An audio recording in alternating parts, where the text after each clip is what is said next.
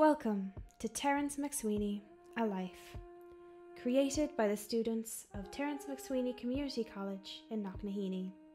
Episode 2, The Sisters.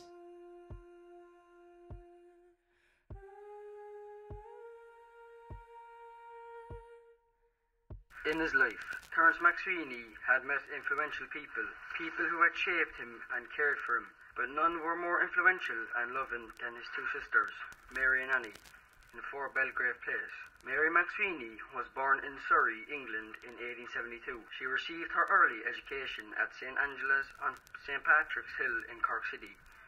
Later she attended Cambridge University in the UK, where she obtained her higher diploma and worked as a teacher in Farnborough. Following her mother's death, she returned to Cork around 1904 and looked after her younger siblings. Her father had immigrated to Australia and died there in 1895. Initially, she took an active interest in the suffragist movement and later gradually drifted away as the nationalist movement grew in Cork.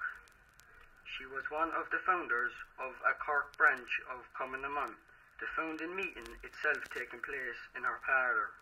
Following the 1916 Rising, she was sacked from St Angela's due to her political activities and proceeded to establish St Eata's, which was located in 4 Belgrave Place off Wellington Road in Cork City. School opened on September 4th, 1916.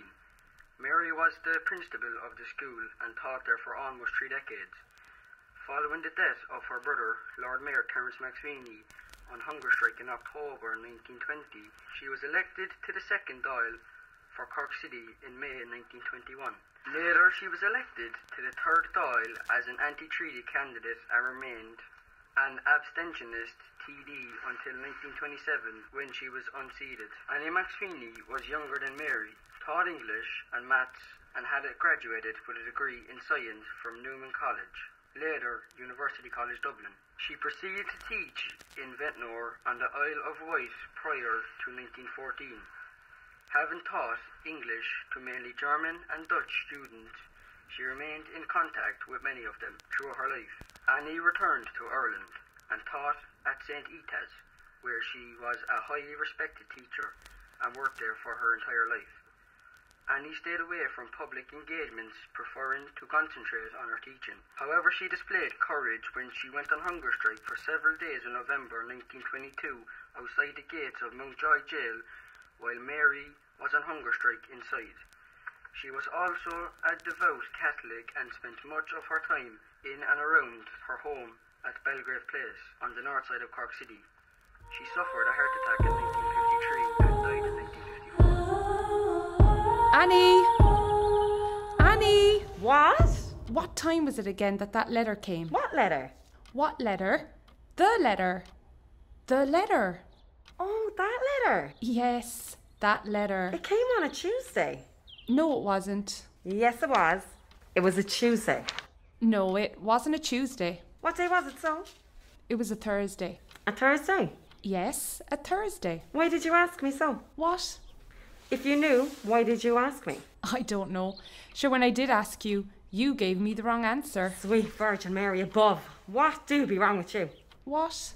What do you mean what? You confused the soul out of me. Sorry, I didn't mean to. Right. But you drive me up the walls at times. Why are you asking about the letter? I was just thinking about it. I was only thinking of it the other day. Were you? I was. I remember going out into the hall and picking up the letter. You never did. It was I who picked the letter up. I remember it like it was yesterday. It was just before 5 p.m. on Thursday the 12th of August. The postman knocked at the door. Mary, there's someone at the door. Mary! I hear it. I'm coming. Hold on to your horses. Jesus, Mary and Joseph, I'm coming. John Patrick O'Sullivan, that better be an invite to visit Pope Benedict. May all the saints protect him. Because why else would you be taking the knocker off my door with your thumping? Hello there, Miss MacSwiney. Sorry about the knocking, it's just... Just what? There's a letter for the Lord Mayor. A letter? For the Lord Mayor? And that needed the loud knocking now, did it? Who is it, Mary?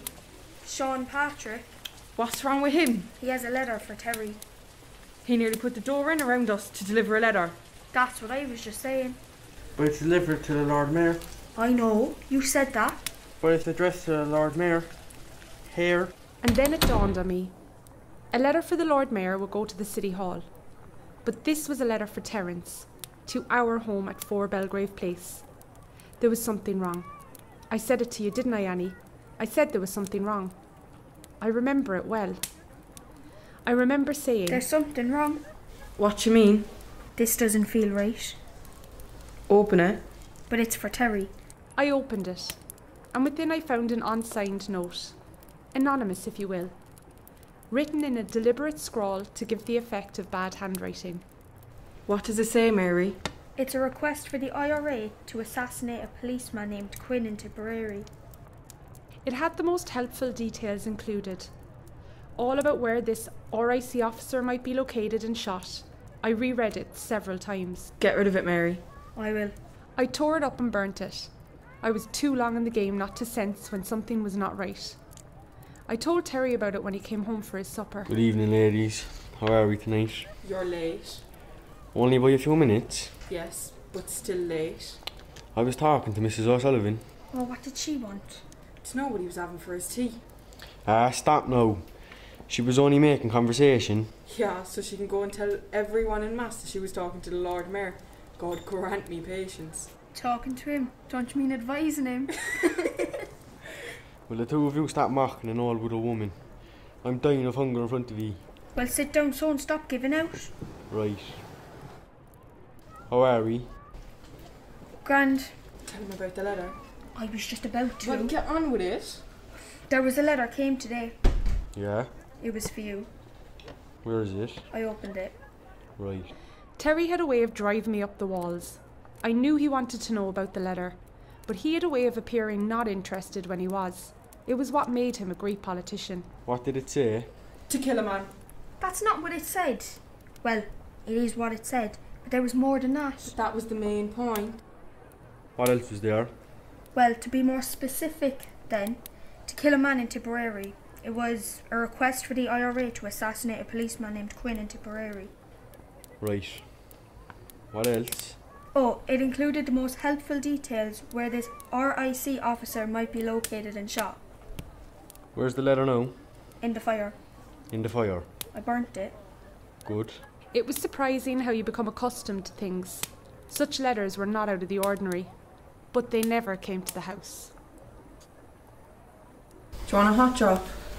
No time. Too much to do.